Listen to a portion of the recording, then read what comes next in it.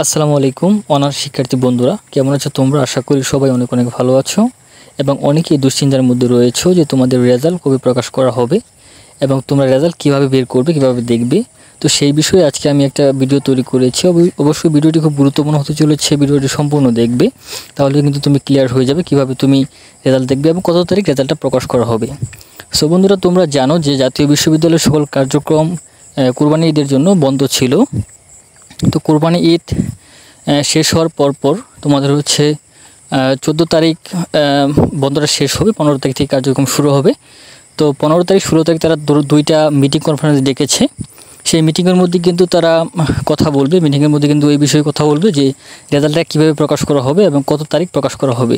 তো একটা বিষয় তোমরা কিন্তু খুবই বিভ্রান্তির মধ্যে ছিলে যে যখন আবেদন করা হয়েছিল তখন কিন্তু খুবই ঝামেলা হয়েছিল, কারণ ওয়েবসাইটের ভিতরে আবেদন করার সময় অনেক ঝামেলা হয়েছিল, আবেদন নিচ্ছিল না। অ্যাডমিট কার্ড যখন ডাউনলোড করা হয়েছিল তখন অনেক ধরনের ঝামেলা হয়েছিল, অ্যাডমিট কার্ড সার্ভার কিন্তু ডাউন হয়ে গিয়েছিল। তো সেই বিষয়গুলো কিন্তু তারা আলোচনা করে কিন্তু তারা আরেকটা নতুন ওয়েবসাইট তৈরি করতে পারে অথবা অন্য কোনো উপায়ে কিন্তু তারা রেজাল্ট প্রকাশ করতে পারে।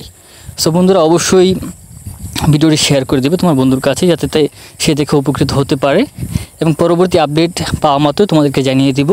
সেই পর্যন্ত সবাই ভালো থাকবে, সুস্থ থাকবে এবং আমাদের চ্যানেলটিকে আজই সাবস্ক্রাইব করে রাখবে পরবর্তী আপডেট পাওয়ার জন্য। তো আজকে বিদায় নিচ্ছি। আসসালামু আলাইকুম।